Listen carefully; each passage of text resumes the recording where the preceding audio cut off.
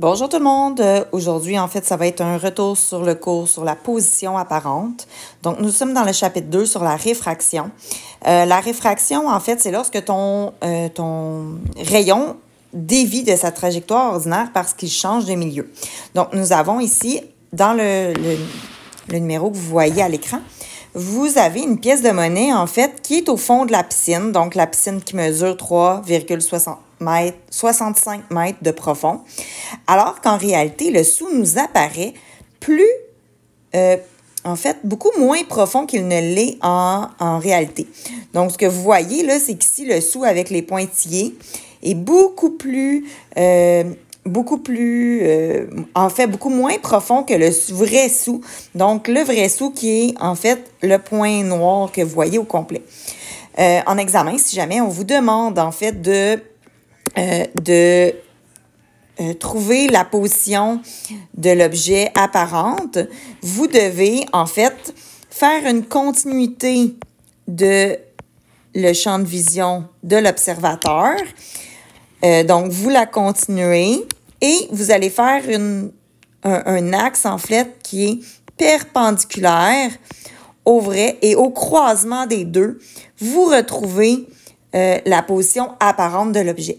Pourquoi qu'on l'appelle la position apparente? Simplement, en fait, parce que le sou nous semble beaucoup moins profond qu'il ne l'est en réalité. Donc, lorsque l'on a un problème comme ça, dans le fond, ce qu'on sait, c'est que l'angle avec la surface de l'eau est de 55 degrés. Immédiatement, je pourrais aller dessiner ma normale et aller compléter, en fait, parce que cet angle-là, on ne va jamais travailler avec les angles qui ont rapport avec la surface de l'eau, mais plutôt l'angle en rapport avec la normale. Donc, l'angle en rapport avec la normale est de 35 degrés, donc θ1 est de 35 degrés. Et avec la formule que l'on a vue au cours d'avant, il est possible d'aller trouver θ2, donc θ2 ici, en faisant la formule N1 sin θ1 est égal à N2 sinus de θ2. Donc, je rappelle que N1 étant le coefficient dans l'air, donc de la vitesse de la lumière dans l'air, qui est de 1. Donc, et le coefficient dans l'eau, 1,33. Donc, nous, ce qu'on cherche, c'est θ2. Si je veux isoler θ2, je réécris tout l'autre côté.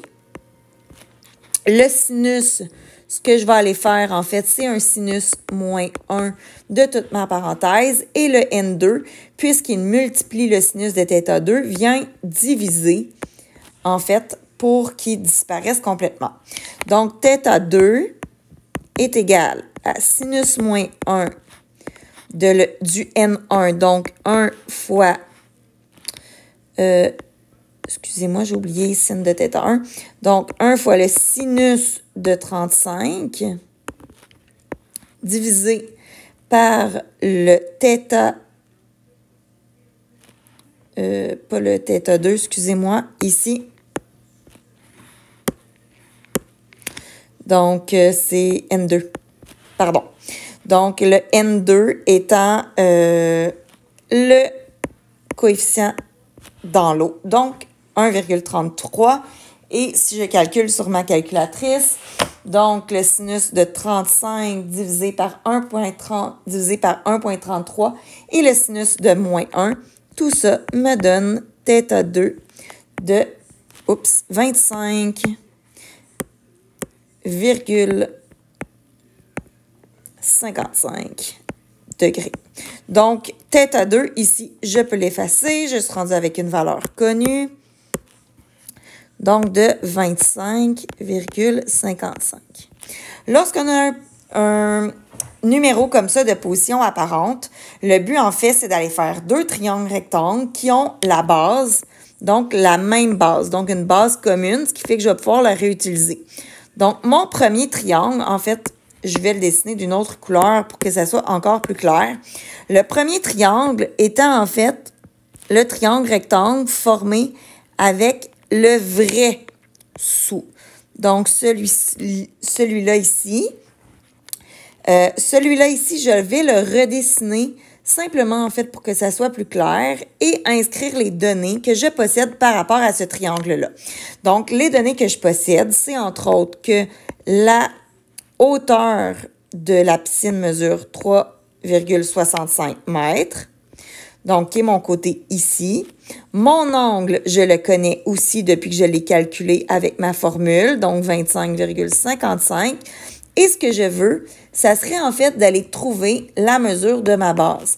La mesure de ma base, puisque j'ai 2 données sur 3, je vais aller utiliser la tangente. Donc, tangente de mon angle, donc 25,55, est égal à opposé, donc opposé étant x, sur adjacent 3,65. Si je veux isoler x, je suis obligée de faire tangente de 25,65 multiplié par 3,65. Pardon, il manque de place. Et mon x va me donner une valeur de 1,74. 1,74 mètres.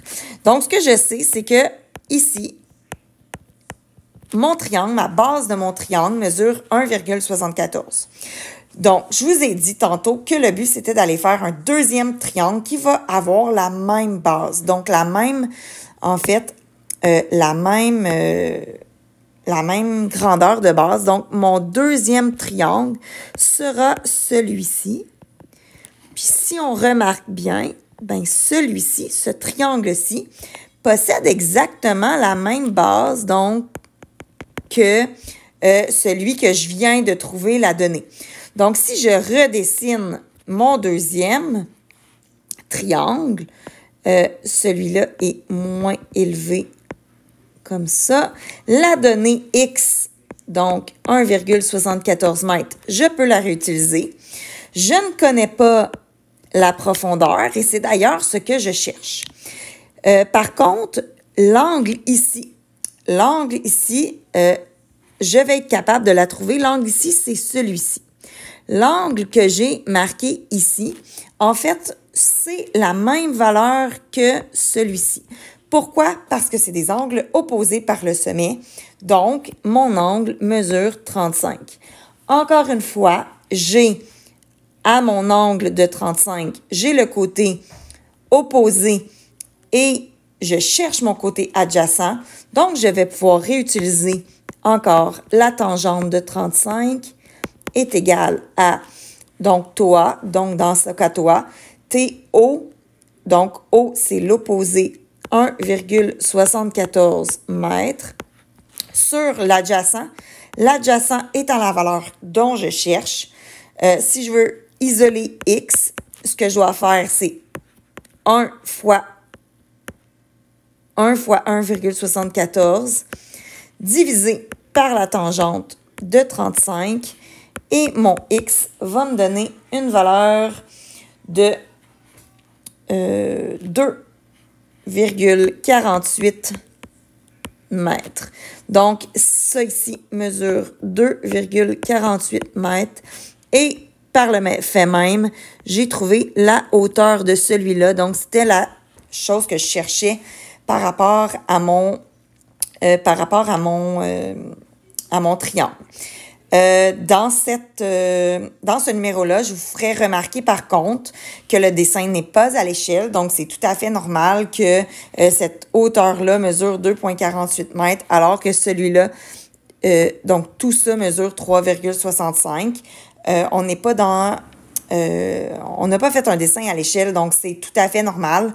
La seule chose avec laquelle je peux me fier, c'est que la mesure de la distance apparente, donc la mesure de ici mon côté, est plus petite que 3,65 et c'est ce que j'ai trouvé aussi pour 2,48.